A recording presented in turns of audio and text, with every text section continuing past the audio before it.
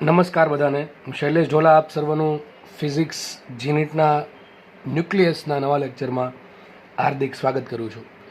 Last 2 લેક્ચર્સમાં આપણે ચેપ્ટરનો overview અને ચેપ્ટરમાં જે બેઝિક માહિતી શરૂઆતમાં આવે છે કે જેમાં આપણે આઇસોટોપ્સ, આઇસોટોન, આઇસોમર, આઇસોબાર, ત્યારબાદ ત્રિજ્યા, ઘનતા, દળ એ બધાનો એ સાથે એટલે કે પરમાણુ દળાંક એ સાથે શું સંબંધ છે એની ચર્ચા કરેલી. અને આગળ જતાં આપણે દળ ક્ષતિ, ત્યારબાદ બંધન ઉર્જા, ન્યુક્લિયોન દીઠ બંધન ઉર્જા અને ન્યુક્લિયોન દીઠ બંધન ઉર્જા કેટલું મહત્ત્વ ધરાવે છે અને એનો જે ગ્રાફ હતો એ આપણે લાસ્ટ લેક્ચરમાં ચર્ચા કરેલી છે. આજે આ લેક્ચરમાં આપણે ટોપિકને આપણે આગળ વધારીશું અને પહેલો ટોપિક છે ન્યુક્લિયસનું સ્થાયીપણું.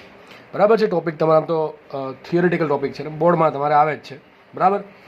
ઓકે, ચલો સ્ટાર્ટ કરીએ આપણે. જો કે તમે બોર્ડમાં ભણ્યા હશો તો તમને આવડતો જ હોવો જોઈએ. શું છે ન્યુક્લિયસનું સ્થાયીપણું, એટલે કે સ્ટેબિલિટી ઓફ ન્યુક્લિયસ. તો ન્યુક્લિયસ સ્ટેબલ રહેવો જોઈએ અથવા એક્ઝેક્ટલી સ્ટેબલ રહે છે એનું કારણ શું છે? તો આમ તો તમને બધાને ખબર છે કે તમે કેમેસ્ટ્રીમાં ભણ્યા હશો, બરાબર. મેન્ડેલિવનું આવર્ત કોષ્ટક એમાં તમે જોયું હશે. તમે આમ તો જે પણ તત્વોથી પરિચિત હશો એમાં જોયું હશે તમે મોસ્ટલી કે જે હલકા તત્વો છે, હલકા તત્વો કહો એટલે તમે સમજી જાઓ કે જેનો પરમાણુ દળાંક એ ઓછો હોય ને એને હલકા તત્વો કહેવાય. જે હલકા તત્વો છે ને એમાં તમે જોજો શરૂઆતમાં જેટલા પ્રોટોન હશે એટલા જ તે ન્યુક્લિયસમાં ન્યુટ્રોન હશે. હું શું કહું છું, શરૂઆતમાં જેટલા પ્રોટોન હશે એટલા જ તે ન્યુટ્રોન હશે, બરાબર છે. પણ જેમ પરમાણુ દળાંક એ વધતો જાય છે, એટલે કે પરમાણુ ક્રમાંક Z વધતો જાય છે, એમ સામે પરમાણુ દળાંક એ પણ વધે છે. પણ અમુક તમે જેમ હલકા તત્વોથી ભારે તત્વો તરફ જશો તો માનો કે ન્યુક્લિયસમાં 10 પ્રોટોન વધે તો સામે 10 નહીં પણ 15 ન્યુટ્રોન વધતા હશે. બધાને આવી ખબર હશે, બરાબર. જેમ કે યુરેનિયમ છે તો એ લખ્યું જ છે મેં, જો કે યુરેનિયમ છે તો યુરેનિયમનો પરમાણુ ક્રમાંક Z બરાબર 92 છે. પણ યુરેનિયમ માટે આમ તો યુરેનિયમના ઘણા બધા સમસ્થાનિકો છે, પણ જે ફેમસ છે આ છે યુરેનિયમ 92 235. તો જે 235 છે ટૂંકમાં તમે જુઓ આજે આમાં 235 ન્યુક્લિયોન્સ એટલે કે ન્યુટ્રોન અને પ્રોટોનનો કુલ સરવાળો 235 છે, બરાબર છે. મતલબ એમ થાય કે ભાઈ યુરેનિયમ છે એમાં 92 તો શું હશે, પ્રોટોન હશે, અને સામે ન્યુટ્રોન કેટલા જો 143. તો આવું કેમ થયું? શરૂઆતમાં શું હતું, શરૂઆતમાં જેટલા ન્યુટ્રોન હતા એટલા જ પ્રોટોન હતા, અથવા જેટલા પ્રોટોન હતા એટલા જ ન્યુટ્રોન હતા. પણ જેમ આપણે હલકા ન્યુક્લિયસથી અથવા હલકા તત્વોથી ભારે તત્વો તરફ જેમ આપણે આગળ વધીએ છીએ એમ સામે થાય છે એવું કે ચલો ઝેડ તો વધે જ છે, બરાબર. ઝેડ એક વધ્યા કરશે, પણ સામે ન્યુટ્રોન છે એ એકની ઘણો બધો વધે છે. આપણે એને દેખાય જ છે કે આ યુરેનિયમ છે એમાં 92 પ્રોટોન છે અને નોર્મલી 92 ન્યુટ્રોન હોવા જોઈએ, પણ અહીંયા 92ની જગ્યાએ 143 ન્યુટ્રોન છે. મતલબ કહી શકાય કે પ્રોટોન કરતાં ન્યુટ્રોનની સંખ્યા ઘણી બધી વધારે છે. સમજ પડે કે નહીં? તો આવું કેમ થાય છે આપણે એ આજે આ થિયરી દ્વારા સમજવાનો પ્રયત્ન કરીશું, બરાબર છે. તમે કેમેસ્ટ્રીમાં ભણતા જશો કે ભાઈ આવું તમે આવું જોયું જશે કેમેસ્ટ્રીમાં, ખાસ આમ તો મેન્ડેલિવના આવર્ત કોષ્ટકમાં, કે ભાઈ જેટલા પ્રોટોન છે એની સામે ભારે તત્વોમાં ન્યુટ્રોનની સંખ્યા ઘણી વધારે છે. તો આવું કેમ થાય છે, Y it is like that, આપણે આજે એ સમજવાના છીએ, બરાબર. ચલો હવે અહીંયા મેં છે ને જુઓ એક ગ્રાફ ડ્રો કરેલો છે ઝેડ વિરુદ્ધ એનનો. જે ઝેડ શું છે, ઝેડ છે પરમાણુ ક્રમાંક અથવા એમ તમે સમજી શકો પ્રોટોનની સંખ્યા, અને એન છે અહીંયા ન્યુટ્રોનની સંખ્યા. અને આ જે ચાર્ટ છે ઝેડ વિરુદ્ધ એન એને કહેવાય ન્યુક્લિડિક ચાર્ટ, બરાબર. ન્યુક્લિડિક આલેખ અથવા ન્યુક્લિડિક ગ્રાફ તમે જે પણ કહેવાય. હવે માનો કે આપણે માની લઈએ ઘડીક પૂરતું માની લઈએ કે જે ન્યુક્લિયસ છે ને એમાં જેટલા પ્રોટોન છે ને એટલા ન્યુટ્રોન છે. સમજો ઘડીક, હું સમજાવવા પૂરતું તમને એવું માનવાનું કહું છું કે માનો કે કુદરતમાં એવું અસ્તિત્વ ધરાવતા હોય તત્વો કે એમાં જેટલા ન્યુટ્રોન છે એટલા તે પ્રોટોન છે, બરાબર. માનો કે યુરેનિયમ છે તો એમાં 92 ન્યુટ્રોન અને 92 પ્રોટોન આ પ્રમાણે છે. તો હું ઝેડ વિરુદ્ધ એનનો ગ્રાફ દોરું કેવો આલેખ આવશે? સુરેખા આવશે, સીધી વાત છે. કેટલા ખૂણા આવશે? 45 ડિગ્રીના ખૂણા. સીધી વાત છે કે નહીં? કે જેટલા ઝેડ છે એટલા એન છે.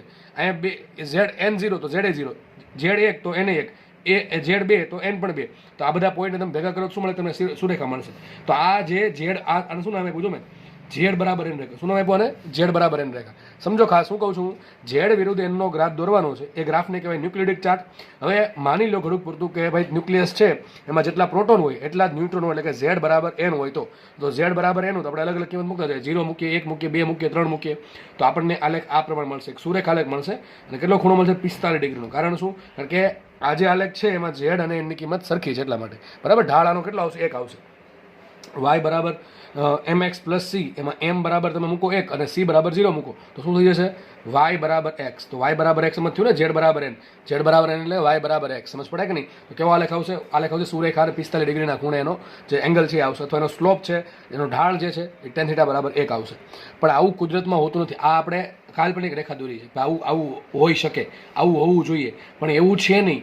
એક્ઝેક્ટલી જે ગ્રાફ મળે ને કંઈક આવો મળશે આ રીતે, બરાબર. જો ઘણા કેસ થોડુંક બેન્ડ થઈ ગયું. જો નીચે નીમું કેમ નીચે નીમું છે? એન તરફ નીમું. શું કામ નીમું છે? એન તરફ. સમજો તમે જે હલકા તત્વો છે, માનો કે અહીંયા સુધી આપણે હલકા તત્વો લઈ લઈએ, આ બધા હલકા તત્વો છે માની લઈએ, તો એમાં શું થશે?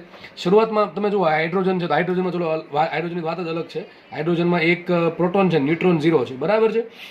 અથવા બીજા તત્વો આપણે જેમ કે હિલિયમ છે, લિથિયમ છે, બેરેલિયમ છે, બરાબર છે. એ પ્રમાણે અલગ અલગ તત્વો છે, ઓક્સિજન છે. તો એ બધા તમે જોજો જેટલા ઝેડ હશે એટલા એન હશે. ટૂંકમાં શરૂઆતમાં ઝેડ અને એનની સંખ્યા સરખી હશે. તો બે રેખા ભેગી થાય છે.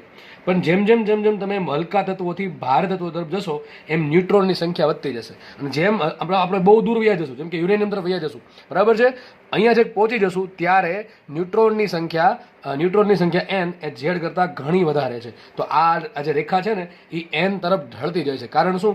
એટલો બધો ઝેડ નથી થતો, સામે એન વધે છે. આ રેખાનું મિનિંગ એમ થાય, આ થોડીક એન જે રેખા છે, બરાબર, તૂટક રેખા અથવા મેં જે ડોટેડ લાઇન દોરી છે એ ડોટેડ લાઇન એન તરફ ઢળે છે. એનું રીઝન એ છે કે હલકા આ એક્ઝેક્ટ લાઇન કુદરતમાં આવી જોવા મળે છે. જે આપણને રિયાલિટી છે આ છે, રિયાલિટી આ નથી. રિયાલિટી આ તૂટક લાઇન છે, ડોટેડ લાઇન. તો એક્ઝેક્ટલી રિયાલિટીમાં જોવા એવું મળે છે, આપણને ખબર છે કે જેટલા ઝેડ હોય એની સામે એનની સંખ્યા વધારે. એટલે આલેખ થોડોક નીચે નમ્યો છે, બરાબર. તમે જુઓ અહીંયા જેટલા ઝેડ છે એટલા સામે કંઈક એન હશે, બરાબર છે. થોડાક આગળ ગયા તો એ ઝેડની સંખ્યા કરતાં એનની સંખ્યા ઘણી બધી વધી ગઈ, બરાબર, દેખાય છે, આટલી વધે છે. તો મતલબ એમ કહેવા માંગે છે અહીંયા આ લેખ એમ કહેવા માંગે છે કે ઝેડ કરતાં એનની સંખ્યા ઘણી વધે છે. માનો કે તમને રકમમાં પૂછાય કે નીચેનામાંથી એન વિરુદ્ધ ઝેડનો આલેખ દોરો, તો આ કોનો આલેખ છે? ઝેડ વિરુદ્ધ એનનો આલેખ છે. પણ એન વિરુદ્ધ ઝેડનો પૂછે તો પેલા આ કઈ રેખા થઈ? આ થઈ ઝેડ બરાબર એન રેખા. અને જો એન આ સાઈડ છે તો રેખા આ પ્રમાણે આવશે, આલેખ કંઈક આ પ્રમાણે આવશે. સમજ પડે કે નહીં? તો આ પ્રમાણે આવશે. સમજ એટલે ગોખવાનો પ્રયત્ન કરવો નહીં ભાઈ. જે આ એનો મિનિંગ એમ થાય કે ભાઈ ઝેડની સરખામણીમાં એન ઘણા બધા વધે છે. તો કે આમ સ્ટ્રેટ નહીં થઈ જાય સીધી, પણ આ પ્રમાણે થોડુંક આવશે, બરાબર છે. જે ડોટેડ લાઈન છે આ બાજુ આવશે. એટલે ગોખવાની કંઈ વાત છે નહીં, એન તરફ નમેલી હશે. હવે ચલો આપણે ચર્ચા કરીએ. તો જો અહીંયા મેં લખ્યું છે શરૂઆતમાં જે હલકા તત્વો છે, હલકા તત્વો અથવા ન્યુક્લિયસ માટે શું હશે? શરૂઆતમાં એન બરાબર ઝેડ હોય. શું કીધું મેં?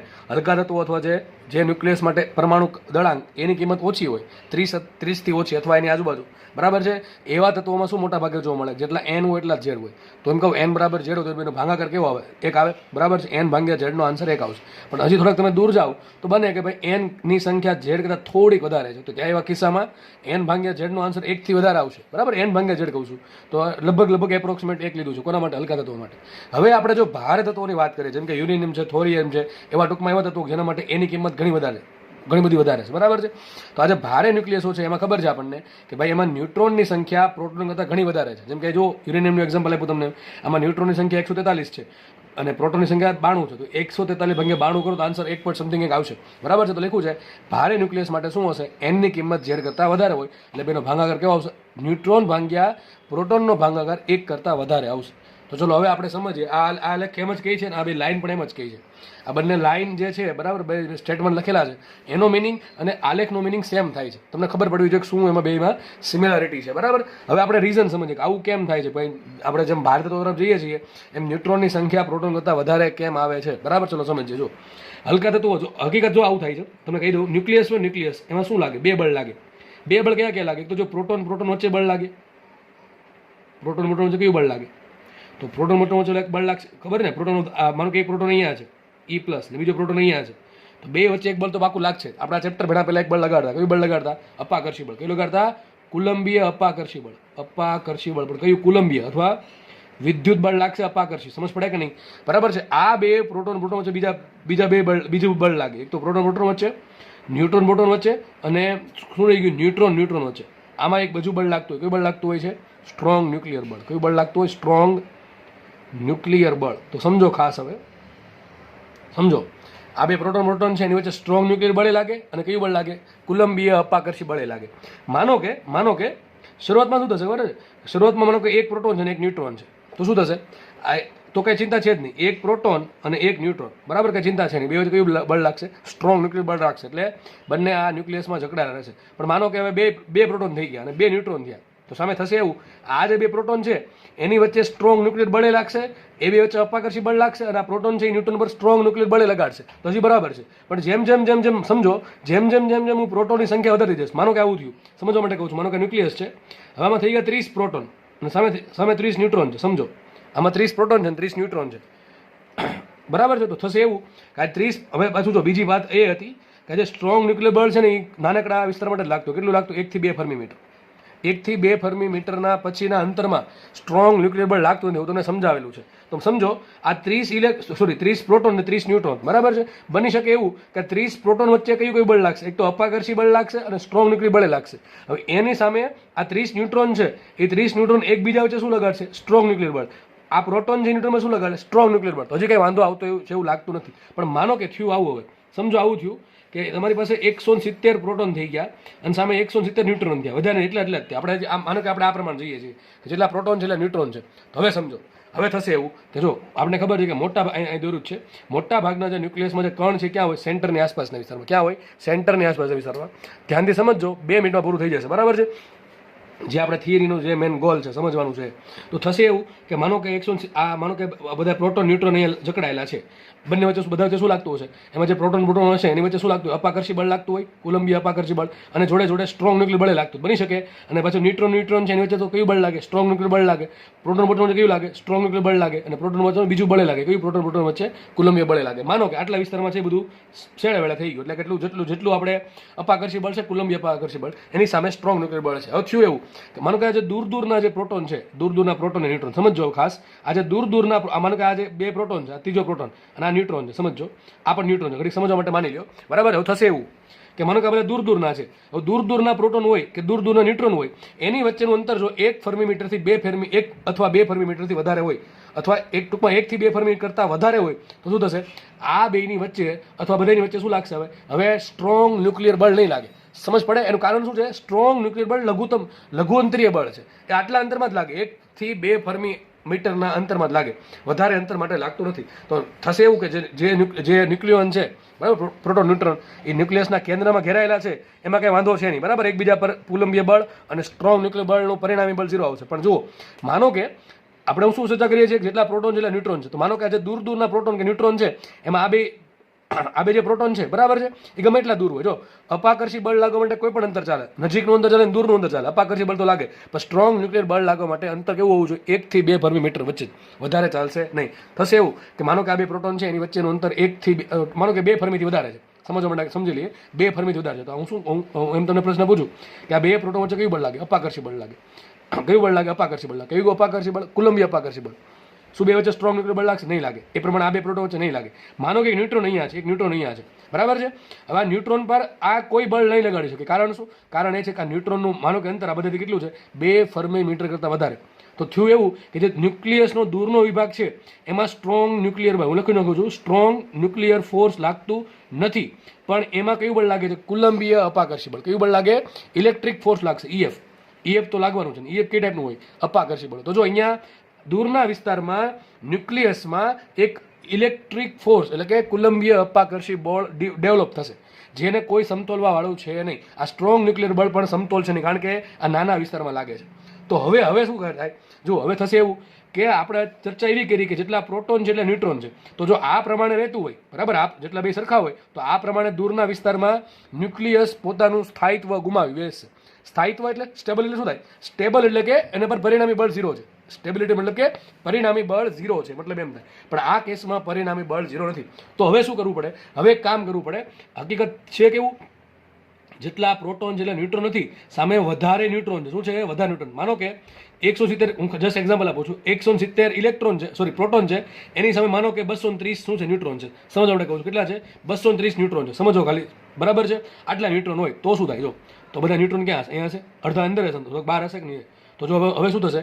આ જે પ્રોટોન 2 અલગ અલગ હતા એની બાજુમાં કોણ આવી જશે? ન્યુટ્રોન આવી જશે. એટલે કોણ આવી જશે? ન્યુટ્રોન આવી જશે. હવે આ 2 પ્રોટોન વચ્ચે શું લાગતું હતું? ઇલેક્ટ્રિકલ ફોર્સ હતો, અપાકર્ષી. પણ આ ન્યુટ્રોન છે એ આ પ્રોટોનની ઘણો નજીક છે, તો કયું બળ લાગશે એમાં પાછું? એટલે બાજુમાં આવ્યો અને માનો કે અંતર 2 ફર્મી મીટર કરતાં અથવા 1 ફર્મી મીટર કરતાં ઓછું છે, તો કયું બળ લાગશે? એ 2 વચ્ચે કયું બળ લાગશે? સ્ટ્રોંગ ન્યુક્લિયર બળ લાગશે. તો આ 2 પ્રોટોનને જે પ્રોટોન પર જે પરિણામી વિદ્યુત બળ હતું એને સમતોલવા માટે કોણ આવી ગયા? હવે ન્યુટ્રોન આવી ગયા. એટલા માટે બની શકે કે પરિણામી બળ બધાનું છેલ્લે 0 થઈ જાય. એટલા માટે ભારે ન્યુક્લિયસોમાં જેટલા પ્રોટોન હોય એનથી વધારે ન્યુટ્રોન હોવા જોશે તો જ સ્ટ્રોંગ ન્યુક્લિયર બળ વધે, બરાબર છે. તો આ કારણ છે કે ભાઈ ભારે ન્યુક્લિયસમાં ન્યુટ્રોનની સંખ્યા પ્રોટોનની સંખ્યા કરતાં વધારે શું કામ હોય? જો ના હોત તો ભાઈ જે ન્યુક્લિયસ છે એમાં કુલંબીય અપાકર્ષી બળનું પ્રભુત્વ હોત તો શું થાત, પ્રોટોન એકબીજાને ધક્કા મારત અને ન્યુક્લિયસ છે એ સ્ટેબલ રહી શકત નહીં. પણ સામે ન્યુટ્રોનનો વધારો છે અને પ્રોટોન અને ન્યુટ્રોન વચ્ચે કયું બળ લાગે,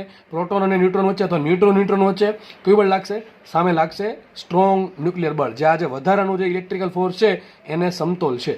તો આ માટે વધારે ન્યુટ્રોન હોવા જ જોઈશે, બાકી જે ન્યુક્લિયસ છે ઓટોમેટિકલી કેવું થઈ જશે, અનસ્ટેબલ થઈ જશે. બરાબર છે, સ્ટેબિલિટી ગુમાવી જશે, એટલા માટે વધારે ન્યુટ્રોન હોય. તો આ વસ્તુ યાદ રાખજો. બરાબર છે, બહુ ડિટેલમાં સમજાવી છે. તો આ હતું ન્યુક્લિયસની સ્ટેબિલિટી. અને ખાસ આ રેખાને શું કહેવાય, સ્થાયિત્વ રેખા. બરાબર છે, આ સ્થાયિત્વ રેખા છે. ઝેડ બરાબર એન હોત તો ન્યુક્લિયસ સ્થાયી ન હોત, અસ્થાયી હોત. એટલા માટે આ સ્થાયિત્વ રેખા છે. ઓકે, ચલો તો આપણે અહીંયા રાખીએ, આગળ વધીએ આ થિયરીમાં, નવી થિયરી તરફ પ્રયાણ કરીએ.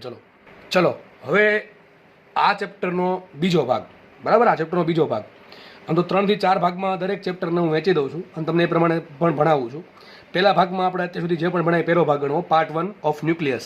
એમાં આપણે શું ભણ્યા તમને બધી ખબર જ છે. બરાબર છે, ત્રિજ્યા છે, કદ છે, દળ છે, એનો બધાનો એ સાથે શું સંબંધ છે, ઘનતા છે. બરાબર, ત્યારબાદ આપણે ન્યુક્લિયસની ત્રિજ્યા વિશે વાત કરી શરૂઆતમાં, પછી સમસ્થાનિકો એ બધું જોયું. ત્યારબાદ આપણે દળ ક્ષતિ જોઈ. દળ ક્ષતિ પછી આપણે આઇન્સ્ટાઈનનું સમીકરણ E બરાબર mc² જોયું. ત્યારબાદ આપણે AMU શું છે એ જોયું. પછી આપણે પ્રોટોન, ન્યુટ્રોન અને ઇલેક્ટ્રોન માટે યુની કિંમત શું હોય, કેટલા AMU થાય એ જોયું. અને આપણે પછી દળ ક્ષતિમાં આપણે આગળ વધીને બંધન ઉર્જા જોઈ, ન્યુક્લિયસથી બંધન ઉર્જા જોઈ, એનો આલેખ જોયો. અને છેલ્લે આપણે હમણાં ન્યુક્લિયસનું સ્થાયિત્વ જોયું. આટલો આપણે પાર્ટ 1માં જોયું. હવે આ ચેપ્ટરનો પાર્ટ 2 સ્ટાર્ટ થાય છે એમ માની શકો. પાર્ટ 1 પાર્ટ 2 એટલા માટે કહું છું કે આ જે ભાગ છે ને એને આગળના ભાગ કે લેવા દેવા છે નહીં, એટલા માટે પાર્ટ 1 પાર્ટ 2 પાડું છું. બરાબર છે. અને બીજી મહત્વની વાત, આ જે પાર્ટ છે એટલે કે ન્યુક્લિયસની એક્ટિવિટી, એટલે કે તમે જે સમજો છો રેડિયો એક્ટિવિટી. બરાબર, તમે ઘણી વખત શબ્દ સાંભળો છો કે આ તત્વો રેડિયો એક્ટિવ છે. તો રેડિયો એક્ટિવિટી જે છે એ પાર્ટમાંથી મેક્સિમમ પ્રશ્નો પૂછાય છે. પછી કોઈ પણ એક્ઝામ હોય, it is your board examination કે ગુજકેટ એક્ઝામિનેશન, જી એક્ઝામિનેશન કે નીટ એક્ઝામિનેશન, અથવા તમે બીજી કોઈ પણ એક્ઝામની પ્રિપેર કરતા હો, દરેકમાં આ પાર્ટમાંથી પ્રશ્ન પૂછવાના ચાન્સીસ મેક્સિમમ છે. બરાબર છે. તમે પાછલા વર્ષના પેપર જોશો તો પણ તમને આ વિભાગમાંથી એકાદ પ્રશ્ન તો દેખાય જ પડશે. બરાબર છે. અને ખાસ જીવાળા કે તમે જેટલા બી શું કહેવાય બેચમાં પેપર લેવા, બરાબર, જેટલી બી બેચ પડે તમારી પછીની એક્ઝામમાં, બરાબર, હવે પછીની એક્ઝામમાં એમાં કોઈકના ભાગમાં તો આમાંથી ડેફિનેટલી ક્વેશ્ચન આવશે. તો બની શકે બધાના ભાગમાં આવે. ઓકે, તો ટૂંકમાં આ પાર્ટ મહત્વનો છે અને પાર્ટ એકદમ ઇઝી છે. થોડુંક મેથેમેટિક્સ હશે, બરાબર, પણ મેથેમેટિક્સ તમને સમજાવવા બેઠો છું હું.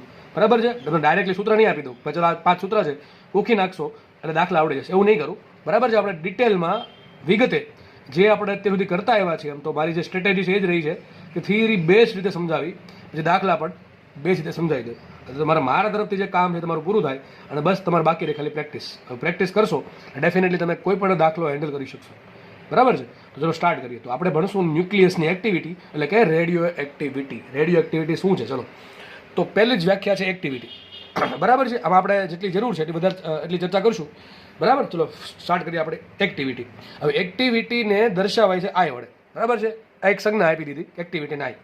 એક્ટિવિટી કહેવાય કોને, પહેલાં તો સમજીએ રેડિયો એક્ટિવ તત્વ કોને કહેવાય અથવા રેડિયો એક્ટિવ ન્યુક્લિયસ કોને કહેવાય. તો સમજો, જે આપણે પેલું EBNનો ગ્રાફ જોયો હતો એમાં ખાસ સમજો, એમાં શું હતું, 170 કરતાં વધારે જેનો પરમાણુ દળાંક હતો એ, બરાબર, એવા ન્યુક્લિયસો કેવા હતા, ભારે હતા અને પોતે અસ્થાયી હતા. અસ્થાયી હોવાનું કારણ શું, એનું EBN ઓછું હતું. એની જે ન્યુક્લિયોન દીઠ બંધન ઉર્જા EBN છે એ ઓછી હતી. અને મેં તમને કીધું હતું આવા તત્વો શું થાય, આવા તત્વો અનસ્ટેબલ છે, અસ્થાયી છે. હવે કોઈ પણ દુનિયાનો કોઈ પણ પદાર્થ, તમે બધા કોઈ પણ વ્યક્તિ અથવા કોઈ પણ પદાર્થ હંમેશા સ્ટેબલ થવાનો પ્રયત્ન કરે. બરાબર, સ્ટેબિલિટી મેળવવાનો, સ્ટેબિલિટી છે એ રિક્વાયર કરવાનો ટ્રાય કરતો હોય. થશે એવું છે, પહેલાં ભાર તત્વો છે એ બધા કેવા છે, અનસ્ટેબલ છે. હવે શું ટ્રાય કરે કે પોતે સ્ટેબલ થાય. તો સ્ટેબલ આપણે જે રીતે કરીએ છીએ એ આખું ન્યુક્લિયર વિખંડન છે, એ આપણે અલગ ભણશું. બરાબર, પણ નોર્મલી કુદરતમાં માનો કે ન્યુક્લિયર વિખંડન ના થાય તો પણ જે ભારે ન્યુક્લિયસો છે એ સ્ટેબિલિટી પ્રાપ્ત કરવા શું કરે, પોતાનામાંથી અમુક ચોક્કસ પ્રકારના પોતાનામાંથી અમુક ચોક્કસ પ્રકારના વિકિરણોનું ઉત્સર્જન કરતું હોય. તમે સાંભળ્યું હશે આલ્ફા વિકિરણ, બીટા વિકિરણ, ગેમા વિકિરણ, આવા અનેક પ્રકારના વિકિરણોનું ઉત્સર્જન થતું હોય અલગ અલગ માત્રામાં. યુરેનિયમ કરતું હોય, થોરિયમ કરતું હોય, રેડિયમ કરતું હોય. બરાબર છે. તો આપણે ખબર છે તો કેવા કહેવાય, રેડિયો એક્ટિવ. તો આવું શું કામ કરે છે, આવું આલ્ફા બીટા ગેમાનું ઉત્સર્જન શું કામ કરે, એક જ આન્સર, શોર્ટમાં આન્સર છે એનો, ટૂંકમાં આન્સર છે કે ભાઈ સ્ટેબિલિટી મેળવવા માટે પોતાનામાંથી વિકિરણોનું ઉત્સર્જન કરે.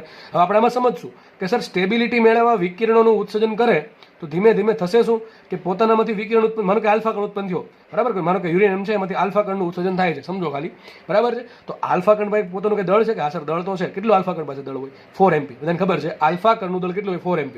તો મતલબ એમ થયો યુરેનિયમનો જે ટુકડો હતો એમાંથી આલ્ફા કણનું ઉત્સર્જન થયું, આલ્ફા વિકિરણનું ઉત્સર્જન થયું, તો એમાંથી શું થાય, આલ્ફા કણ દળ છે, દળ તો કંઈ મફતમાં આવ્યું નથી, ક્યાંથી આવ્યું, યુરેનિયમમાંથી. તો મતલબ જે છે કે યુરેનિયમનો જે ટુકડો છે ધીમે ધીમે ધીમે ખવાતો જશે. શું થશે? ખવાતો જશે. આપણે શબ્દ નહીં વાપરે ખવાતો જશે, એની જગ્યાએ આપણે શબ્દ વાપરશું કે એનો ક્ષય થતો ગયો. ક્ષય થવું એટલે કે ખવાવું, બરાબર, ધીમે ધીમે ધીમે ઘટતું જવું. અથવા હજી એક શબ્દ છે વિભંજન થવું. શું થાય મતલબ? વિભંજન, બરાબર છે. તો એ જે યુરેનિયમનો ટુકડો છે એમાંથી અલગ અલગ વિકિરણોનું ઉત્સર્જન થશે. એટલે મતલબ કે એ જે તત્વ છે, એ જે ટુકડો છે એનું એ ટુકડો ખવાશે અથવા ક્ષય પામશે અથવા એનું વિભંજન થશે. તો આજે ખવાવાનો કેટલા સમયમાં કેટલું ખવાય છે? માનો કે એક ટુકડો છે અને બીજો ટુકડો છે, એક યુરેનિયમનો છે અને એક થોરિયમનો છે, બંને માનો કે રેડિયો એક્ટિવ છે, તો યુરેનિયમમાંથી એક વિકિરણ ઉત્પન્ન થશે, થોરિયમમાંથી વિકિરણ ઉત્પન્ન થશે. હવે યુરેનિયમ ધીમે ધીમે ખવાતું જશે અને સામે થોરિયમ પણ ધીમે ધીમે ખવાતું જશે. તો બંને કેટલા દરથી ખવાય છે? માનો કે 1 વર્ષનો સમયગાળો આપ્યો તો 1 વર્ષમાં યુરેનિયમ કેટલું ખવાઈ ગયું અથવા ક્ષય પામ્યું અને સામે થોરિયમ કેટલું ખવાઈ ગયું અથવા ક્ષય પામ્યું. મારે બેને કમ્પેર કરવું છે, તો એ કમ્પેરિઝન કોની સાપેક્ષે, કોની રીતે કરીશ? હું એના માટે વાપરીશ એક્ટિવિટી. સમજો કેટલું તમને ડિટેલમાં સમજાવું. જો એક્ટિવિટી શું છે, એક્ટિવિટી એટલે કે જે તત્વ છે, જે ન્યુક્લિયસ છે એનો ખવાવાનો દર, અથવા આપણે થોડુંક ફિઝિક્સની ભાષામાં બોલીએ અથવા ટેકનિકલ લેંગ્વેજમાં બોલીએ તો ન્યુક્લિયસના વિભંજનનો દર અથવા ન્યુક્લિયસનો ક્ષય પામવાનો દર. તો લખ્યું છે એક્ટિવિટી કોને કહેવાય? તો સિમ્પલ ભાષામાં લખી શકો કે ન્યુક્લિયસના વિભંજનના દરને એક્ટિવિટી કહેવાય, અથવા ન્યુક્લિયસના ખવાવાના દરને અથવા ન્યુક્લિયસના ક્ષય પામવાના દરને એક્ટિવિટી આઈ કહે છે. હવે થોડીક આપણે સૂત્રવાળી લેંગ્વેજમાં જઈએ તો એકમ સમયમાં થતા ન્યુક્લિયસના વિભંજનની સંખ્યાને એકમ સમયમાં થતા ન્યુક્લિયસના વિભંજનની સંખ્યા, ટૂંકમાં 1 સેકન્ડમાં કેટલા વિભંજન થાય છે એને શું કહેવાય? એક્ટિવિટી આઈ કહેવાય, બરાબર છે. તો આપણે એક્ટિવિટી શું લખશું? કેટલા વિભંજન થયા કેટલા સમયમાં. વિભંજનનો મિનિંગ લખવો છે તમારી માટે. વિભંજન એટલે કે ખવાઈ જવું, ક્ષય થવો. અવિભંજન એ સમજ પડી જશે શું છે અવિભંજન, એટલે બાકી કેટલું બાકી રહ્યું છે, બરાબર કે નહીં, એ આપણે એક્ઝામ્પલથી સમજીએ હમણાં. તો સમજો હવે પ્રેક્ટિકલી આપણે છે ને ઘણા બધા આમાં એક્સપેરિમેન્ટ થયા છે અને એ એક્સપેરિમેન્ટના આધારે એવી ખબર પડી, એક્સપેરિમેન્ટના આધારે સમજો ખાસ, એક્સપેરિમેન્ટના આધારે એવી ખબર પડી કે કોઈ પણ ન્યુક્લિયસ છે કે જેનું ક્ષય થાય છે, બરાબર છે, એ ક્ષય થવાનો જે દર છે એને શું કીધું આપણે? એક્ટિવિટી. આજે એક્ટિવિટી છે એ કોના પર ડિપેન્ડ કરે? તો એક્ટિવિટી આઈ ડિપેન્ડ કરશે એન પર. હવે તમારા મનમાં તરત પ્રશ્ન થશે વોટ ઇઝ એન? એન શું છે? તો એન શું છે? જે તે સમયે કેટલા ન્યુક્લિયસ ખવાવાના બાકી છે, બરાબર છે, જે તે સમયે કેટલા ન્યુક્લિયસ ખવાવાના બાકી છે એને કહેવાય. આપણે એક્ઝામ્પલ સમજી લઈએ. માનો કે શરૂઆતમાં 100 ન્યુક્લિયસ છે. સમજવા માટે કહું છું. માનો કે કોઈ પણ સમયે, જેને આપણે શરૂઆત કહીએ છીએ, એ સમયમાં કોઈ ન્યુક્લિયસના અથવા કોઈ તત્વના 100 ન્યુક્લિયસ છે. હવે માનો કે આ તત્વ રેડિયો એક્ટિવ છે, એટલે શું થશે? ધીમે ધીમે ખવાઈ જશે. કેટલા દરથી ખવાશે આપણે દાખલા કરશું, સૂત્ર સમજવું ખબર પડી જશે. તો માનો કે આ તત્વ ખવાય છે, આ ન્યુક્લિયસ ખવાય છે. હવે ખવાય એટલે કે ટૂંકમાં ઘટતું જાય છે, વિકિરણના ઉત્સર્જનના કારણે ઘટતું જાય છે. તો માનો કે કોઈ સમય પછી, માનો કે 2 કલાક, 5 કલાક, 1 વર્ષ, 2 વર્ષ, 15 વર્ષ, 100 વર્ષ, એ કોના પર ડિપેન્ડ કરે? કયું ન્યુક્લિયસ છે એ આપણે જોશું હમણાં. અર્ધ આયુષ્ય એના પર ડિપેન્ડ કરે કે અથવા લેમડા પર ડિપેન્ડ કરે, બરાબર છે. લેમડા છે 6 ની અંદાંક. તો માનો કે શરૂઆતમાં 100 છે, હવે ધીમે ધીમે ખવાઈ ગયું. માનો કે કોઈ સમય થઈ ગયું 80, ખવાઈને કેટલું થઈ ગયું? 80. તો 80 શું છે? આ ખવાવાનું બાકી છે અથવા કેટલું અવિભંજિત છે?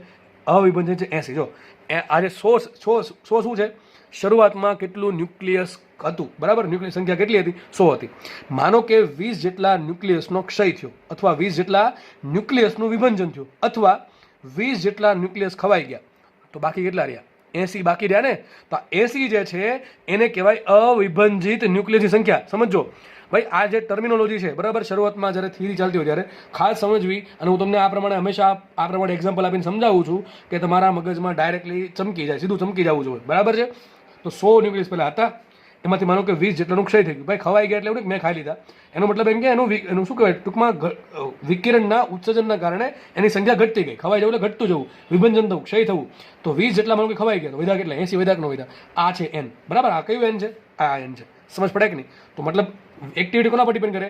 જે તે સમયે કેટલા ન્યુક્લિયસ ખવાવાના બાકી છે, અથવા આપણે એને ટેકનિકલ ભાષામાં કહીશું, આપણે આવું બોલશું, જે તે સમયે કેટલા ન્યુક્લિયસ અવિભંજિત છે. જો વિભંજિત એટલે કે ખવાઈ ગયા, અવિભાજિત એટલે ખાવાના બાકી છે. સમજ પડે કે ન પડે? તો આ એક્સપેરિમેન્ટલી આવેલું છે કે ભાઈ એક્ટિવિટી છે એ કોના પર ડિપેન્ડ કરશે? Activity I is proportional two n.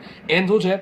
જે તે સમયે કેટલા ન્યુક્લિયસનું વિભંજન બાકી છે અથવા કેટલા ન્યુક્લિયસ અવિભંજિત છે. જેમ કે આપણા કેસમાં કેટલા છે? 100 કુલ હતા, એમાંથી બાકી કેટલા રહી? 80. બરાબર છે. તો મને એમ તમને પ્રશ્ન પૂછું કે શું n અચળ કેવાય બદલે છે? અરે n તો સર બદલે છે. ધીમે ધીમે જેમ સમય જશે એમ વધારે ખવાતા જશે. અત્યારે 80 છે, થોડાક સમય પછી 60 થઈ જશે, થોડાક સમય પછી 50 થઈ જશે, પછી 40, 30, 20, 10, 5, 1 છેલ્લે 0 થઈ જશે. સમજ પડે કે ન પડે? સમજ પડે કે ન પડે? તો n ની સંખ્યા અચળ નથી. આ n તો ખવાતા જાય છે. હકીકત શું છે? અવિભાજિત કેટલા ખવાના બાકી છે. પણ જેમ સમય જશે એમ પેલા જે ટુકડો છે એમાંથી તો વિકિરણનું ઉત્સર્જન ચાલુ જ રહેશે. બરાબર છે? એટલે ધીમે ધીમે ખવાતું જશે. n ની સંખ્યા ધીમે ધીમે ઘટતી જશે. તો n ધીમે ધીમે ઘટે છે. n શું થાય? ધીમે ધીમે ઘટે છે. તો એક્ટિવિટી પણ ધીમે ધીમે ઘટશે. કારણ શું? એક્ટિવિટી અચળ રહેતી નથી. જ્યારે ન્યુક્લિયસની સંખ્યા સૌથી વધુ હોય, ક્યારે વધારે છે? સૌથી વધુ શરૂઆતમાં. જ્યારે શરૂઆતમાં, બરાબર કે નહીં? શરૂઆતમાં સંખ્યા સૌથી વધારે છે. તો જ્યારે ન્યુક્લિયસની સંખ્યા n સૌથી વધારે તો એક્ટિવિટી વધારે છે. તો જે શરૂઆતની એક્ટિવિટી હોય, આપણે શરૂઆતના ન્યુક્લિયસની સંખ્યાને કહેશું n0. શું કહેશું? n0. યાદ રાખજો, શરૂઆતમાં જેટલા બી ન્યુક્લિયસ છે કુલ કેટલા છે? તો કે આપણે 100 તમને એક્ઝામ્પલ આપવા માટે લીધા છે. ધારો કે n0 છે. કેટલા છે? n0. તો શરૂઆતમાં એક્ટિવિટી કેટલી હશે? મહત્તમ હશે. પણ ધીમે n0 માંથી સંખ્યા ઘટતી જશે. 20 થઈ ગયા, 30 ખવાઈ ગયા, એટલે કેટલા વધે? 80 વધ્યા, 70 વધ્યા, એમ ધીમે ધીમે ઘટતી જશે. તો n ધીમે ધીમે ઘટતું જશે. સામે એક્ટિવિટી પણ ધીમે ધીમે ઘટતી જશે. તો એક્ટિવિટી અચળ નથી. યાદ રાખો, એક્ટિવિટી અચળ છે નહીં. યાદ રાખજો. બરાબર છે? એક્ટિવિટી એટલે ઘણા દિવસ આપણે શું દોડવાનું છે? દોડવા નથી એક્ટિવિટી એટલે કે ન્યુક્લિયસ કેટલા દરથી ખવાય છે, કેટલા દરથી ક્ષય પામે છે, અથવા કેટલા દરથી એનું વિભંજન થાય છે. આગળ વધીએ. હવે પ્રપોર્શનાલિટી કાઢીને મારે બરાબર મૂકવું છે. તો બરાબર મૂકવા માટે મારે કોન્સ્ટન્ટ મૂકવો પડશે, અને એ છે લેમડા. કયો છે? તો સૂત્ર આવશે I બરાબર લેમડા n. શું આવશે સૂત્ર? I બરાબર લેમડા n. હવે આ ફરીથી કહી દઉં, આ લેમડા છે તરંગ લંબાઈ નથી ભાઈ. દરેક ચેપ્ટરમાં લેમડા આવે એમ નહીં સમજવું તરંગ લંબાઈ છે. આ લેમડા શું છે? વિભંજન અચળાંક અથવા ક્ષય નિયતાંક. બરાબર છે? લેમડા શું છે? વિભંજન અચળાંક અથવા ક્ષય નિયતાંક. કોના પર ડિપેન્ડ કરે? લેમડા ડિપેન્ડ કરે કયું ન્યુક્લિયસ છે. બરાબર છે? કયું ન્યુક્લિયસ છે? યુરેનિયમ છે, થોરિયમ છે, રેડિયમ છે, કયું ન્યુક્લિયસ છે એના પર લેમડા ડિપેન્ડ કરશે. તો સમજો, લેમડા તો ચલો કોની મટીરિયલ પ્રોપર્ટી થઈ ગઈ? આ પ્રોપર્ટી થઈ ગઈ મટીરિયલ. ટૂંકમાં મટીરિયલ પર ડિપેન્ડ કરશે, દ્રવ્યની જાત પર ડિપેન્ડ કરશે. અને ઘણા થશે માઇનસ શું કામ આવ્યું સાલું? હવે જો n શું છે? n ધીમે ધીમે ઘટે છે. n એટલે ન્યુક્લિયસ સંખ્યા, પણ ન્યુક્લિયસની સંખ્યા 80 માંથી કેટલી થઈ જશે? 100 થાય? ના, ઘટે છે. એટલે કેટલી થઈ જશે? 60, 70. તો આ n ઘટે છે, અને I તો ધન જ હોય, I ઋણ હોય નહીં. તો n ઘટે છે. બરાબર? તો આને ધન બનાવવા માટે આગળ માઇનસ મૂક્યું છે. અથવા તમે સમજો ભાઈ કે n ની સંખ્યા ધીમે ધીમે ઘટતી હોવાથી આગળ માઇનસ મૂક્યું છે. બરાબર? આ માઇનસ શું બતાવે છે? n ની સંખ્યામાં થતો ઘટાડો બતાવે છે. બરાબર? n ધીમે ધીમે ઘટે છે, એના કારણે આગળ માઇનસ આવ્યું. સૂત્ર આવશે I બરાબર માઇનસ લેમડા. તમે સૂત્ર યાદ રાખવાની જરૂર છે. I બરાબર માઇનસ લેમડા n છે. લેમડા છે ક્ષય નિયતાંક અથવા એને વિભંજન અચળાંક પણ કહેવાય. I છે એક્ટિવિટી, અને n શું છે? n છે કેટલા ન્યુક્લિયસનું વિભંજન બાકી છે અથવા અવિભંજિત ન્યુક્લિયસની સંખ્યા અથવા જે તે સમયે રહેલા ન્યુક્લિયસની સંખ્યા. બરાબર છે? બીજી વાત, I નું બીજું સૂત્ર dn/dt. સર આ ક્યાંથી આવ્યું? અરે અહીંથી આવ્યું ભાઈ. કેટલા દરથી ન્યુક્લિયસનું વિભંજન થાય છે? આની આખી એક્ઝેક્ટ વ્યાખ્યા શું છે? કે કેટલા દરથી ન્યુક્લિયસનું વિભંજન થાય છે. તો કેટલા દરથી, ધારો કે મતલબ એનો એમ થયો કે કેટલા સમયમાં કેટલા ન્યુક્લિયસ ખવાય છે, એને સિમ્પલ કહેવાય I.